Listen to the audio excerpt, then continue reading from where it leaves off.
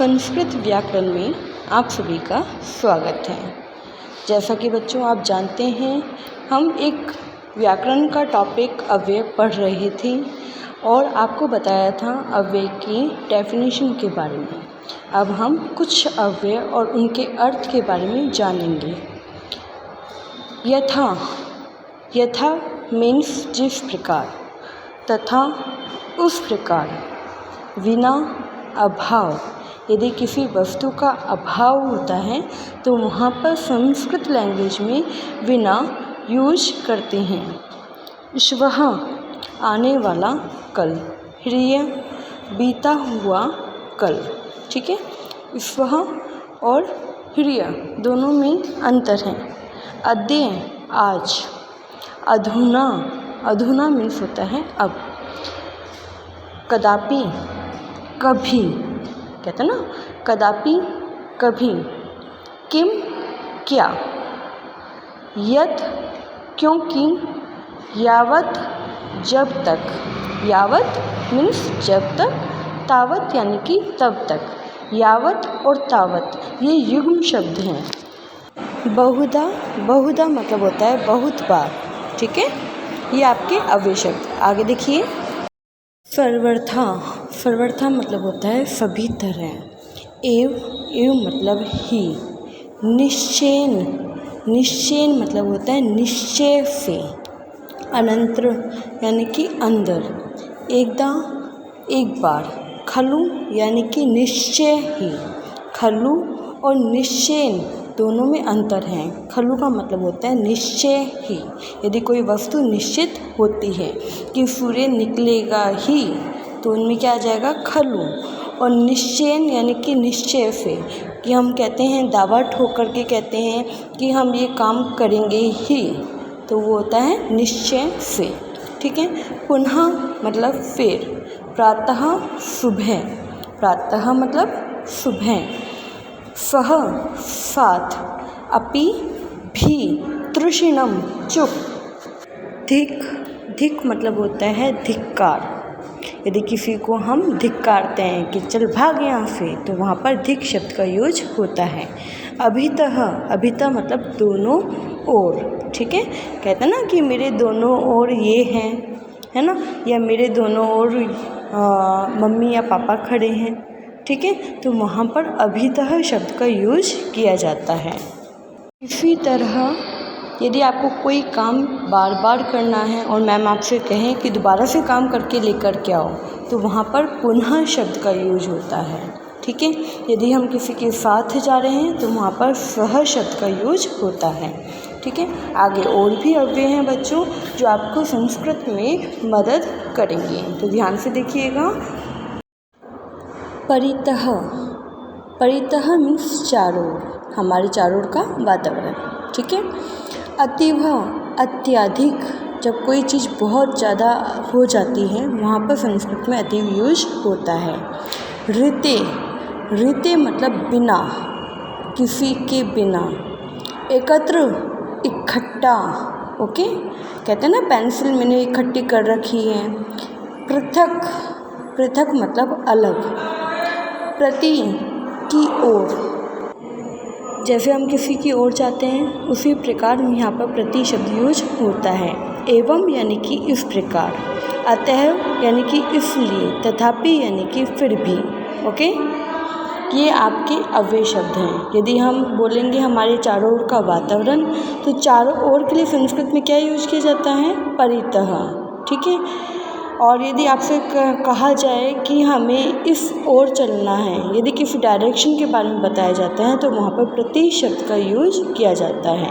प्रति मीन्स की ओर। ओके, अतएव यानी कि इसलिए, कहते हैं ना मैम मैंने इसलिए काम नहीं किया।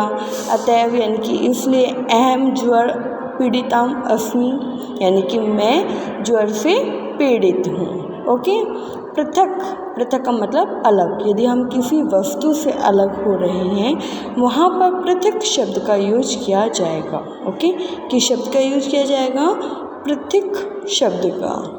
इसी तरह हमारे और भी अव्यय होते हैं बच्चों, जो कि आपको अध्ययन करने के लिए मिलेगा।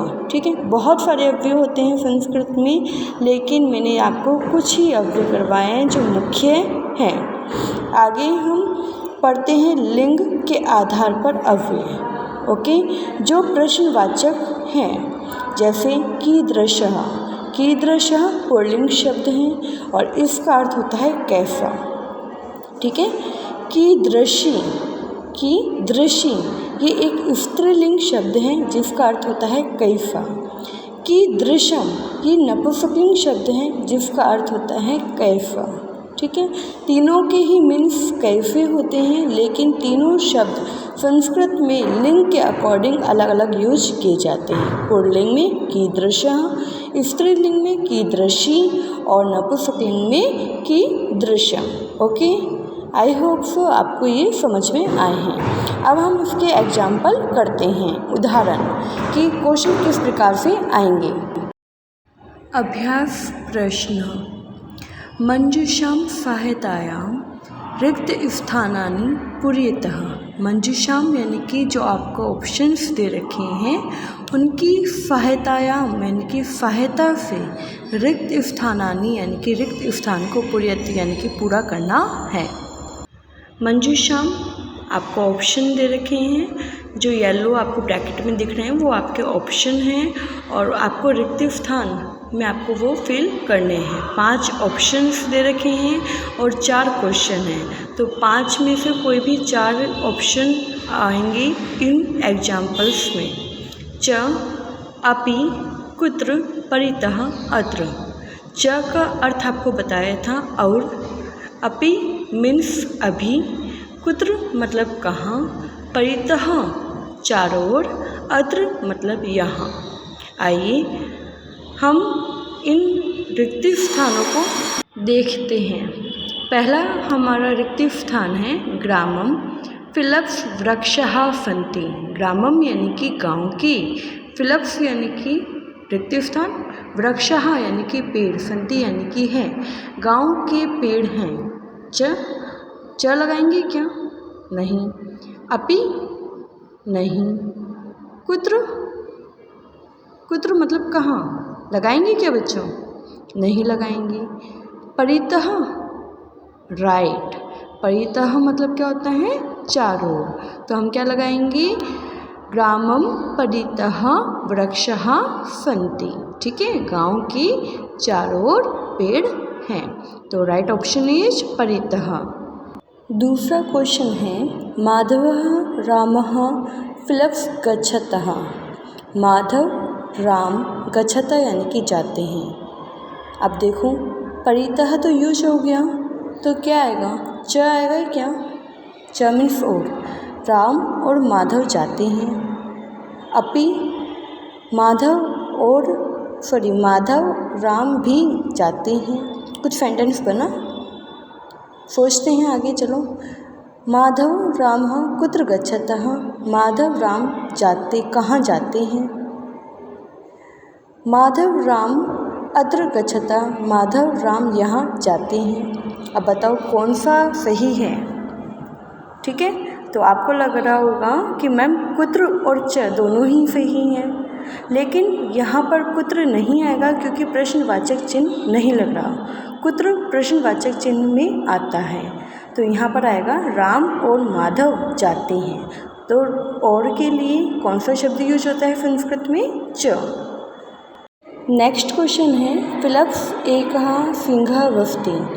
फिलप्स एकः मीन्स एक, सिंह यानी कि शेर, वसति यानी कि रहता है, तो यहाँ पर क्या आ जाएगा? अत्र। अत्र मतलब यहाँ एक शेर रहता है। अपि इसलिए नहीं आएगा क्योंकि भी एक शेर रहता है, तो एक सेंटेंस नहीं बना, क्योंकि अपि का मतलब होता है भी और अत्र मतलब यहाँ, तो सेंटेंस कैसे कंप्लीट होगा? यहाँ एक शेर रहता है, तो अत्र एकः सिंहः वसति। ठीक है, नेक्स्ट क्वेश्चन है त्वम फिलप्स गच्छसि। तुम कहाँ जाते हो? क्वेश्चन है, तो इधर क्या आ जाएगा? कुत्र। ठीक है, इसी प्रकार से सभी क्वेश्चन हम सॉल्व करेंगे। इसी प्रकार आपके क्वेश्चन पेपर में आएंगी। हो सकता है MCQ के द्वारा भी क्वेश्चन आपके पेपर में आ जाए, तो हम वो चीज़ आपके रिवीजन वर्क में कवर कर लेंगे। ठीक है, सभी बच्चे पढ़ करके देखेंगे। जो आपको नोटबुक में दिए गए हैं आगे, वो भी आपको खुद ही सॉल्व करने हैं। और यदि कोई भी क्वेरी फिर भी रहती है तो आप लाइव क्लासेस में पूछ सकते हैं। धन्यवाद।